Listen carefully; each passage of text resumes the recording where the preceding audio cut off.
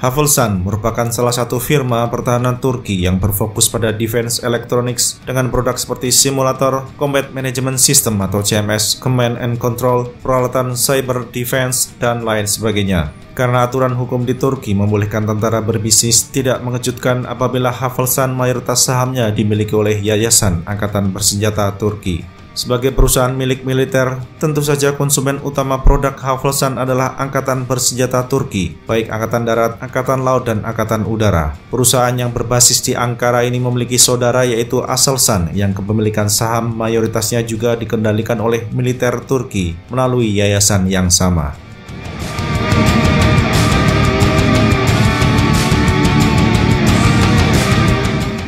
Guna memperluas pasar, Havelsan telah melakukan ekspansi ke pasar antar bangsa dengan membuka kantor perwakilan di sejumlah negara. Pendekatan bisnis yang ditempuh oleh firma yang berdiri pada tahun 1982 ini adalah merambah pasar negara-negara Muslim, sehingga sampai kini semua kantor perwakilannya berada di negeri-negeri Islam.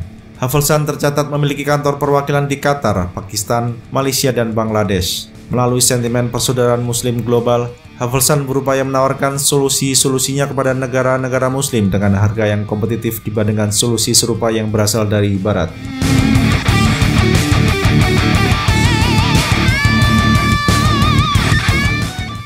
Secara teknologi tidak dapat dipungkiri bahwa Turki adalah negara Muslim yang termaju dalam penguasaan teknologi pertahanan. Melalui kerjasama teknologi pertahanan dengan beberapa negara seperti Inggris dan Israel, industri pertahanan Turki mampu menghasilkan produk berteknologi maju yang mampu memenuhi kebutuhan pasar negara-negara berkembang. Sebagai contoh adalah FNSS yang merupakan joint venture antara Nurol Holding dengan BAE System yang produknya telah dipakai oleh Tentara Darat Malaysia. Israel pun mempunyai kontribusi dalam kemajuan teknologi industri pertahanan Turki seperti dalam bidang elektronika pertahanan dan rudal.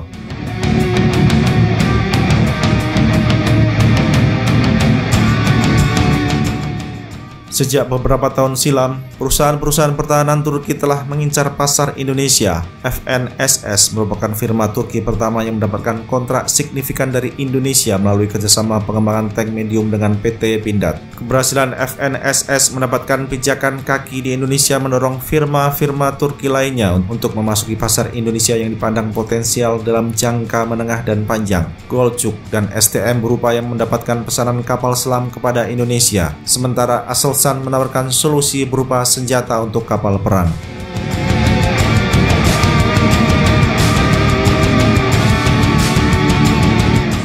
Havelsan sendiri melirik program pengadaan kapal perang Indonesia sebagai pintu masuk untuk solusi yang ditawarkannya melalui program pembangunan OPVI 90 meter yang diberikan oleh Kementerian Pertahanan kepada PT Daya Radar Utama. Havelsan menawarkan sistem CMS Advent untuk diadopsi oleh kapal perang itu. Dalam perkembangan terakhir, menurut sumber yang terlibat dalam program OPV 90 meter, panjang OPV ini sedang direvisi menjadi 95 meter agar dapat mencapai kecepatan maksimum 28 knot seperti tertera dalam kontrak. Semula, firma Eropa yaitu Thales digadang-gadang untuk memasuk CMS, namun akhirnya diperoleh kompromi bahwa Havelsan akan memasuk CMS, sementara Thales akan menyuplai komponen perangkat kerasnya.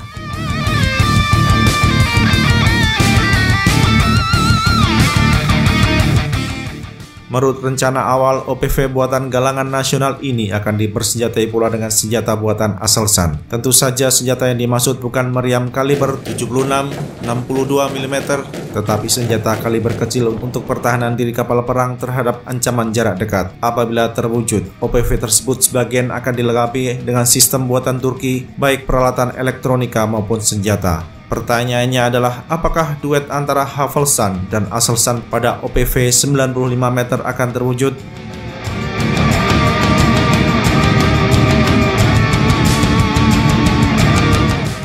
Dalam program OPV 95 meter terdapat paket Fit for but not Wait FFBNW, di mana paket persenjataan di luar meriam kaliber 76, 62 mm termasuk dalam kategori FFBNW. Havelsan yang direncanakan untuk menyuplai CMS nampaknya mengalami hambatan dalam negosiasi dengan pihak-pihak terkait di Indonesia, dengan isu utama adalah masalah biaya. Selain permasalahan biaya, kapasitas lokal untuk mengintegrasikan sistem buatan Havelsan dengan sistem produksi Aselsan juga menjadi isu yang mengganjal saat ini. Sejumlah sumber yang mengetahui isu-isu tersebut telah memberikan konfirmasi tentang kesulitan Havelsan tersebut.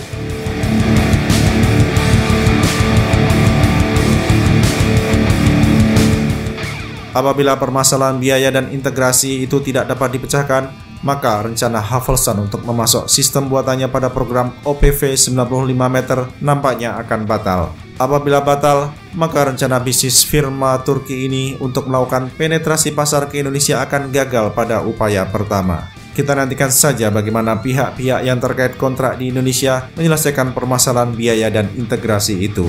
Apakah akan ada solusi yang menguntungkan semua pihak?